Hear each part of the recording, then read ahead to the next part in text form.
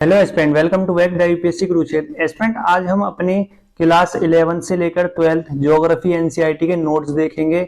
और इससे पहले आपको नोट्स अपने 6 से लेकर 10th ज्योग्राफी की एनसीईआरटी के आपको टेलीग्राम पर मिल जाएंगे, तो आप वहां से अपने डाउनलोड कर सकते हो या उनकी हेल्प से आप अपने स्वयं के भी नोट्स बना सकते हो। तो टेलीग्राम का नाम है द यूपीएससी कुरुक्षेत्र, उससे सर्च करना तो टेलीग्राम आपको मिल जाएगा। वहां ज्वाइन कर आप अपने नोट्सों को देख सकते हो।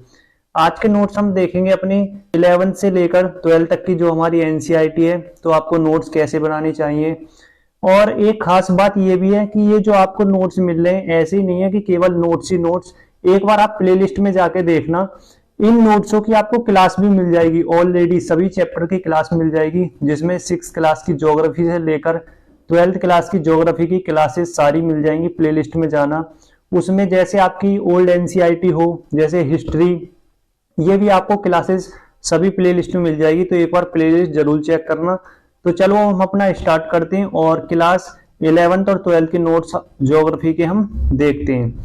एस्पेंट, आपकी इंपोर्टेंट ज्योग्राफी एनसीईआरटी इसलिए होती है क्योंकि इनसे आपका ज्योग्राफी का काम हो जाता है, जीएस 1 का जो मेंस के लिए होता है और प्री में। ठीक है, यदि आप ऑप्शनल ज्योग्राफी को लेते हो तो आपको स्टैंडर्ड किताबों की नीड होती है, अदरवाइज इतनी ज्यादा नीड आपको स्टैंडर्ड बुक की नहीं होती।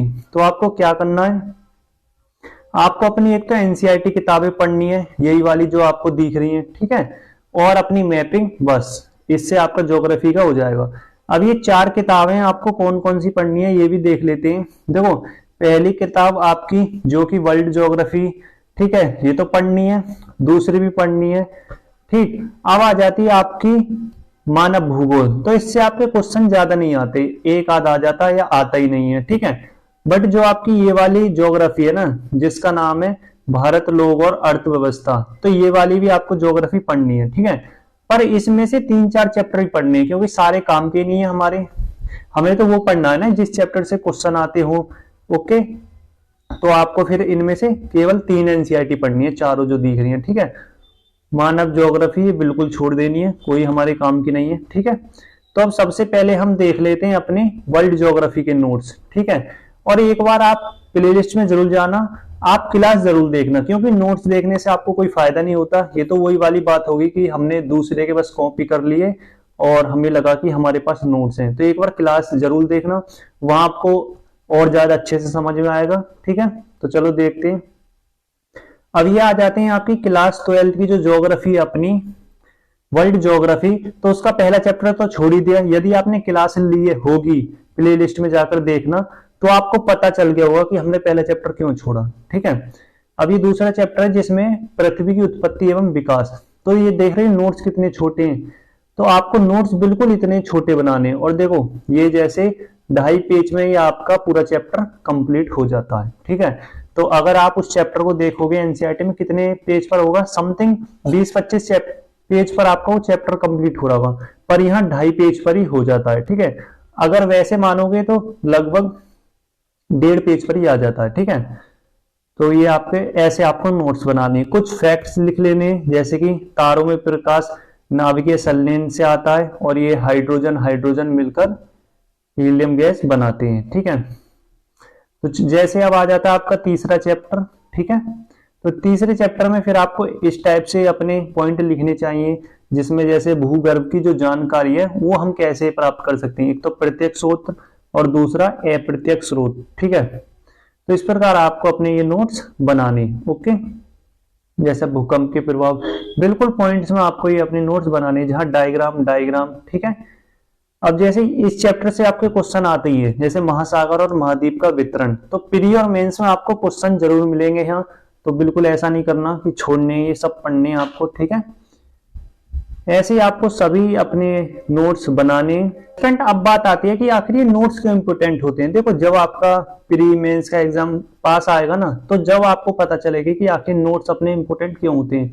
हालांकि सभी किताब के नोट्स नहीं बनाए जाते, बट हमें कुछ के तो बनाने चाहिए, जैसे कि एनसीईआरटी के जरूर बनाने चाहिए, क्योंकि एनसीईआरटी भी काफी ज्यादा हो जाती हैं। तो हम अगर उनके शॉर्ट नोट्स बना लेंगे ना, तो एक बार बस अपना नोट्स पढ़ लिए, हमारा रिवीजन हो जाता है। ठीक है, बुक से इतनी जल्दी रिवीजन नहीं हो पाता।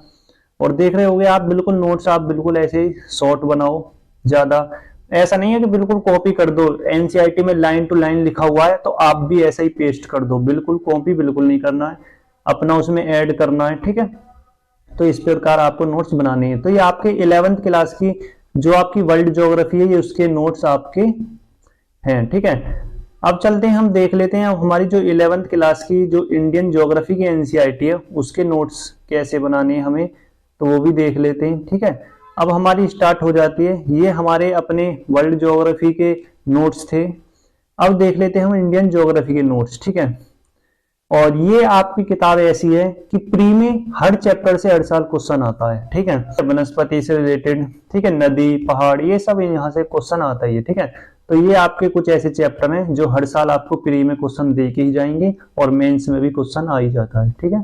तो इसलिए देखो कितनी इंपॉर्टेंट ये एनसीईआरटी होती है। जैसे चैप्टर 1, तो कुछ पॉइंट हमने इसमें सभी लिख लिए और ये आपको क्लासेस सभी मिल जाएगी, बस आपको एक बार प्लेलिस्ट में जाना पड़ेगा, ठीक है। और अपनी क्लास आप देख सकते हो और टेंशन मत लेना, क्लास कोई ज्यादा लंबी चौड़ी नहीं है।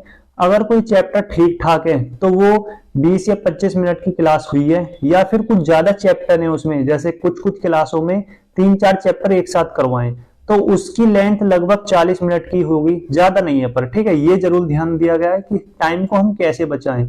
अगर आपने कहीं और देखा होगा तो वहां एक चैप्टर को लगभग 2-2 घंटे में कराते हैं, ठीक है, जो कि हमारा टाइम ज्यादा वेस्ट होता है और दिन में हम खींच करके 3 या 4 लेक्चर ही देख पाते हैं और पता चलता है कि हमारा सारा दिन उन्हीं में ही चलेगा। तो आपकी जो क्लासेस होंगी उनमें सभी में ध्यान ये दिया जाएगा कि टाइम को कैसे कम से कम करा जाए, ठीक है, और कंटेंट अच्छा कैसे दिया जाए। तो आगे आपके 11th क्लास इंडियन ज्योग्राफी के नोट्स हैं, ठीक है। जैसे भारत का भौतिक पर्यावरण और पहाड़ों के बारे में हमें इसमें जानना है, ठीक है। जैसे यहाँ से हर साल आपके देखो क्वेश्चन देखने को मिल जाएंगे। तो जैसे ये हो गया अब हमारा 11th क्लास की ज्योग्राफी के नोट्स, तो आपको ये सभी ऐसे ही बनाने हैं, ठीक है। और अब आ जाते हैं जैसे कि हमारा नदी तंत्र, तो यहाँ से भी आपको क्वेश्चन आ जाते हैं। नदी को बिल्कुल लाइन से लगा के दे देगा कि जैसे पूरब की ओर बहने वाली नदी क्रम में लगा के दे दी, ऐसे क्वेश्चन आते हैं। ब्रह्मपुत्री नदी से क्वेश्चन आते हैं आपके, ये प्री में आते हैं, ठीक है। और फिर आगे हम बढ़ते हैं अपने, जैसे जलवायु से रिलेटेड भी आपके मेंस में भी डायरेक्ट क्वेश्चन आते हैं और आपके प्री में भी आ जाते हैं। और यदि आप सीरियस एस्पिरेंट हो और आप पीवाईक्यू का अध्ययन करते हो तो आपने देखा होगा प्राकृतिक वनस्पति से प्री में हर साल क्वेश्चन आ जाता है। जैसे कोई वनस्पति दे दी और पूछते हैं इनमें से कौन सा वन उस वनस्पति से रिलेटेड है, तो आपने देखा होगा, ठीक है। और अगर मेंस में आता है तो ऐसी मैपिंग आपको जरूर करनी चाहिए। अब आ जाते हैं हम अपनी इंडियन ज्योग्राफी के लास्ट चैप्टर पर जिसका नाम है मृदा। तो मृदा से भी क्वेश्चन काफी आते हैं और काली मृदा से तो क्वेश्चन आपके काफी बार आ चुके हैं और ये क्वेश्चन रिपीट भी आपका होता है। अब बात आती है 12th क्लास की एनसीईआरटी। पहले ही बताया था कि 2 एनसीईआरटी होती हैं। पहली हो जाती है जैसे ह्यूमन ज्योग्राफी, जो कि हमें बिल्कुल नहीं पढ़नी, ठीक है। दूसरी हमारी हो जाती है भारत के लोग और अर्थव्यवस्था, ठीक है। तो हमें ऐसी ज्योग्राफी पढ़नी है जो हमारी अर्थव्यवस्था से रिलेटेड हो, ठीक है। तो अब इसमें अब देखो, अब ये एनसीईआरटी का आपका विषय सूची हमने खोल ली। अब देखो इसमें जैसे पहला चैप्टर कोई काम का नहीं है, क्या, मानव बस्तियां, ठीक है, फिलहाल कोई काम का नहीं है क्योंकि डाटा बहुत पुराना हो चुका। एक बार बस आप ऊपरी से पढ़ के देख लेना, ठीक है। तीसरा चैप्टर आपका काम का है जिसका है भू साधन तथा कृषि। चौथा भी आपका काम का है जिसमें जल संसाधन, और 5वां खनिज तथा ऊर्जा संसाधन, ठीक है। और जैसे सतत पोषणीय विकास, ये तो हम ऑलरेडी इकोनॉमी में भी पढ़ लेते हैं, ठीक है। और आगे आपका कोई चैप्टर इतना काम का है नहीं, तो 3 चैप्टर इसमें आपके काम के हैं, ठीक है। और ह्यूमन ज्योग्राफी में आपका कोई इतना इंपोर्टेंट है नहीं, ठीक है।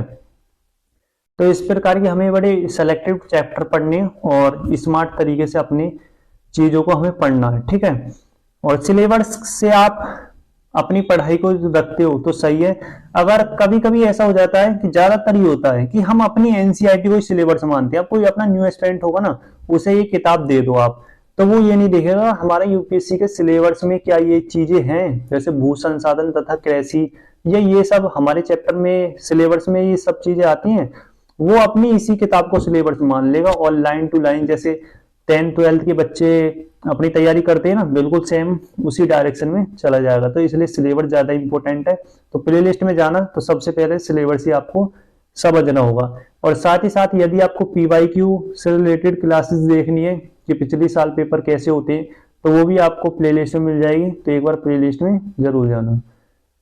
अब हमारी फिर ये 11th क्लास की जो ज्योग्राफी थी हमारी, जिसका नाम था भारत, लोक और अर्थव्यवस्था, तो उसका चैप्टर नंबर 5 है। तो ये चैप्टर नंबर 5 के अपने नोट्स हैं, ठीक है, जिसमें कृषि से रिलेटेड या आपके क्वेश्चन आ ही जाते, ठीक है। और फिर आपका चैप्टर नंबर इसमें 6 था, जिसमें जल संसाधन, तो ये भी आपको ठीक ढंग से पढ़ लेना है, ठीक। और नोट्स भी आपको ऐसे में 7 चैप्टर आ जाता है, खनिज तथा ऊर्जा संसाधन। थोड़ा PDF कट चुका है, तो नाम आप ध्यान दे लेना इसका, जैसे खनिज तथा ऊर्जा संसाधन। 7 चैप्टर है ये, जिसमें हमें खनिज के बारे में प्री में आ ही जाता है ये क्वेश्चन यहाँ से, ठीक है। और इम्पोर्टेंट चैप्टर है, वास्तव में यहाँ से आपके क्वेश्चन आते ही हैं, ठीक है। तो ये आपके नोट्स थे 11 से लेकर 12 तक की NCERT के, ठीक है। पहले ही बताया आपको वर्ल्ड ज्योग्राफी पढ़नी है, इंडियन ज्योग्राफी पढ़नी है, ह्यूमन ज्योग्राफी नहीं पढ़नी, और भारत अर्थव्यवस्था वाली ज्योग्राफी है वो पढ़नी है, ठीक है। और आपको 6, 7, 8 ये तो सभी पढ़नी है, क्योंकि बेस है ये बहुत अच्छी है। अब आपने ये सब पढ़ लिया, ठीक है। अब आपको एक चीज और करनी है, वो आती है आपकी मैपिंग, ठीक है। मैपिंग के लिए कोई सी भी एटलस की बुक ले लेना आप।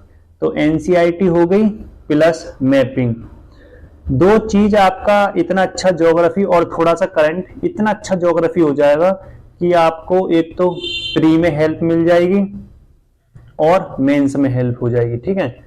तो बस GS1 में भी हो जाएगी, ठीक है। और क्या, अगर यदि आपको ऑप्शनल के लिए पढ़ना है तो इतना तो पढ़ना ही है, इससे थोड़ी हमें हाई लेवल की स्टैंडर्ड और बुक चाहिए होती है।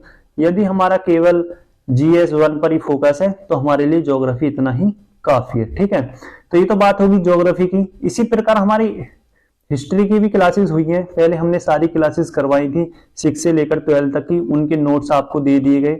और जैसे ओल्ड NCERT होती हैं बहुत फेमस हैं, जैसे RS शर्मा, सतीश चंद्र, विपिन चंद्र, वो भी आपको प्लेलिस्ट में क्लास मिल जाएगी। और केवल 1-2 घंटे में महामैराथन के तौर पर सारी NCERT भी सभी कंप्लीट करा दी, तो प्लेलिस्ट में तो आपको जाना ही पड़ेगा। और आने वाले दिनों में आपकी महामैराथन फिर से शुरू होने वाली है, जिसमें हम पॉलिटी की अपनी करेंगे सभी, उसके बाद इकोनॉमी की, फिर उसके बाद कोशिश की जाएगी कि आपकी मेंस के लिए जो इम्पोर्टेंट बुक होती हैं वो स्टार्ट की जाए, जैसे कि इकोनॉमी की सीरीज या फिर M लक्ष्मीकांत या फिर स्पेक्ट्रम, इस टाइप की किताबें स्टार्ट की जाए, ओके। तो अपना मोटिव यही है कि ये चैनल आपको बस हेल्प कैसे भी पहुंचा सके, मतलब आपको एक फ्री में गाइडेंस पहुंचती रहे और आप इधर उधर ज्यादा भटके नहीं। और अपना एक ही लक्ष्य है कि एक तो दिल्ली में नहीं जाना कोचिंग के लिए, और कोचिंग बिल्कुल नहीं लेनी, अगर लेनी है तो केवल ओनली ऑनलाइन, ठीक है, ऑफलाइन बिल्कुल नहीं, और अपने घर से ही पढ़ना है। तो आज के लिए इतना ही। Thank you for watching this video.